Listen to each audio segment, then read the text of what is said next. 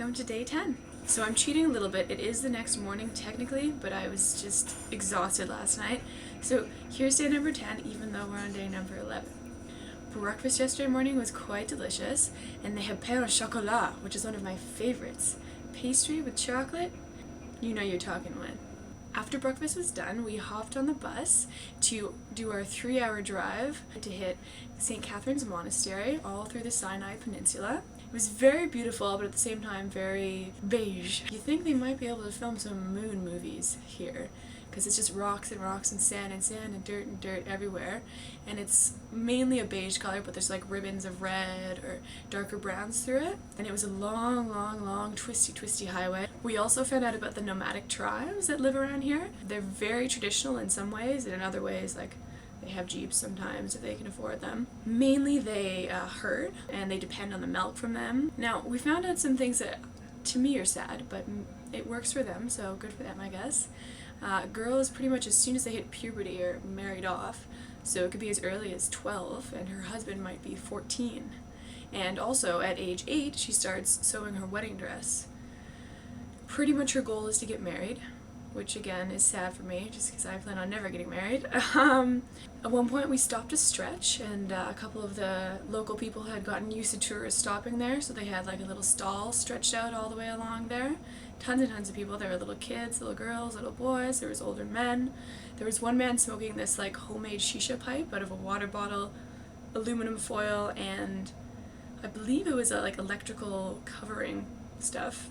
I tried to get a picture, but people kept getting in my way. Other than that, they were selling like necklaces, wooden camels, beads, these little egg-shaped rocks that had been smoothed out. They were very pretty. And then hopped back on the bus to continue our journey. We arrived at the monastery, and usually you have to do sort of a pilgrimage up this one little thing. It's like a kilometer, I guess. So lots of people were walking there, but we got special permission because we know someone, apparently. So we got driven up much closer. We hopped off, and the whole monastery is made of these sort of beigey stones. It's very beautiful, and against the blue sky, the hills around here, the monastery, everything, it's just such a stark difference, and it's gorgeous, and I think it looks great in pictures, so I was happy.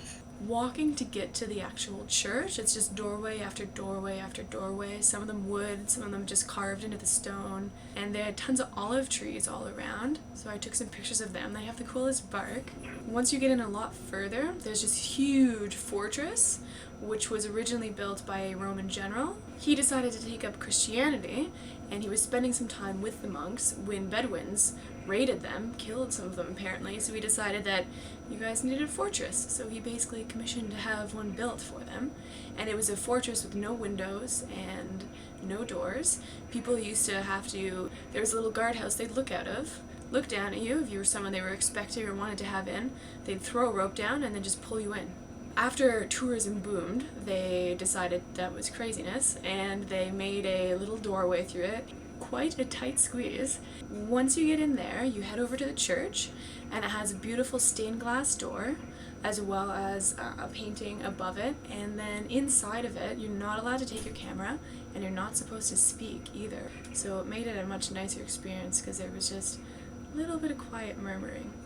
And just decorated with tons and tons of chandeliers, all pretty much in silver, that apparently were gifts from afar when they found out that this was St. Catherine's Monastery and her relics were found up on this mountain.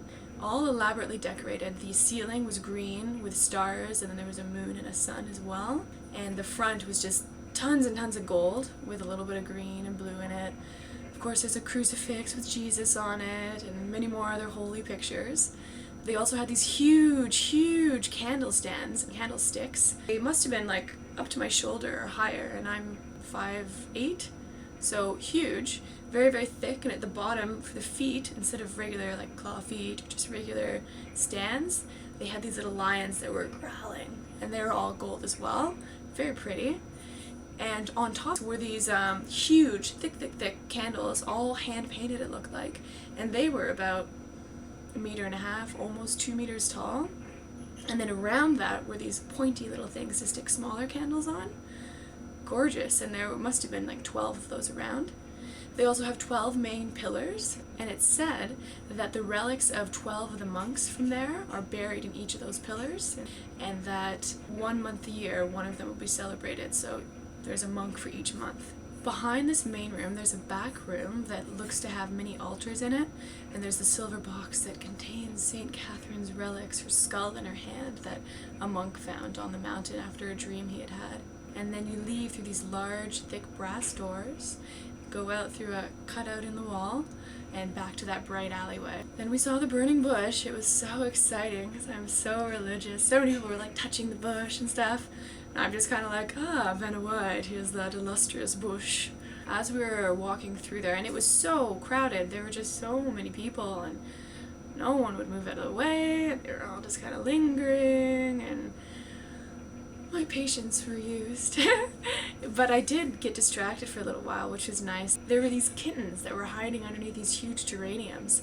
I guess they're there just to keep some kind of small animal in check, but when there's that many people, they just hide in this little garden, and they were so sweet and tiny. It's like they have a different breed of cat here that's much smaller and slender. I ran up the rocks that were just outside of the monastery to try and get a view of into the fortress to see where the tourists couldn't go. I got a pretty good one. I was proud of myself. And then on the way down there's a whole bunch of camels all sitting there to see if you want to ride to go back to the buses. I got a couple pictures of them because I think they're very cute. We hopped on the bus and had an hour-and-a-half ride to lunch, and it was on the water and it was beautiful. It was at this place called Same, and it was this lattice-covered luncheon area, and they had these pretty lamps that were covered at the bottom with a cloth, each in a different color. I would have loved to see it at night. And then just your side, the ocean is quietly making that beautiful sound that the ocean does. The food was pretty good, although I did end up feeding lots to a little friend that I made. Yes, of course, I made more friends. This little kitten found me as soon as I got there. He knew! So I was feeding him and taking his photo, and then his friend came along because he must have told him about me. So they were very cute. Myself and this other gentleman were throwing scraps, and then we figured we could spoil them because they're not our cat. So those stray cats had good full bellies that day. Then we had just a little bit of free time to walk along the boardwalk, take some photos. There were lots of shops. I got a CD of someone who is very well known for belly dancing music. There were also many spice stores. A lot of them had them out on the front like this. And this beautiful color. They say it's turquoise, but I don't think that's the right color. There's another spice shop, very beautiful way to present them on the inside. There's also a sign for no camels, no horses, which really does make sense, but it's just funny to see that because it's never anything we would see unless it was a joke. There were also a whole bunch of kids hanging out by our bus, and one of them was just sitting there going, I love you, I love you, I love you, I love you, trying to get people to give him money. And it was just so funny how they learn just little phrases that get good reactions out of the tourists. Then we had a Greek-style dinner buffet, and then some of us went into town. There really wasn't too much in town to see. It was very touristy, so there were lots of colored lights, lots of little cafes for shisha or coffee or eating, and then there were tons of shops, but everyone is just so bloody pushy. If someone was the least bit shy, I might be interested in going into their shop, but because every single one of them goes, oh, come into my shop, come into my shop, oh, pretty tourist, oh, where are you from, or, oh, I love you, da da da, like, go away, don't talk to me, don't touch me, just sit there and say, good evening. And I might want to come in and look at your shop, but when you're like on top of me trying to touch me and being all like, hi, like, get out of my face, you're making me want to run. So that was too bad. There were like 8 shops in a row where one after the other came out, and I was just going, no, thank you. And I'd keep walking, and still the next one thought, oh, well, she'll go into my shop, and the next one thought, she'll go into my shop. And it was just annoying. I've never had such pushy men trying to get me to buy things. Like, they were worse than the carpet salesman in Turkey. I think that says a lot. So we turned tail and headed back to the cafe where we were supposed to meet. Met up with our tour guides, and I tried some shisha because it was time.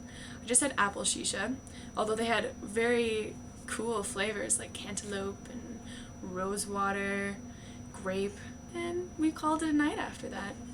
And today we're going out snorkeling on day 11, so that should be wonderful. I hear the water and the fish here are uncomparable. See ya.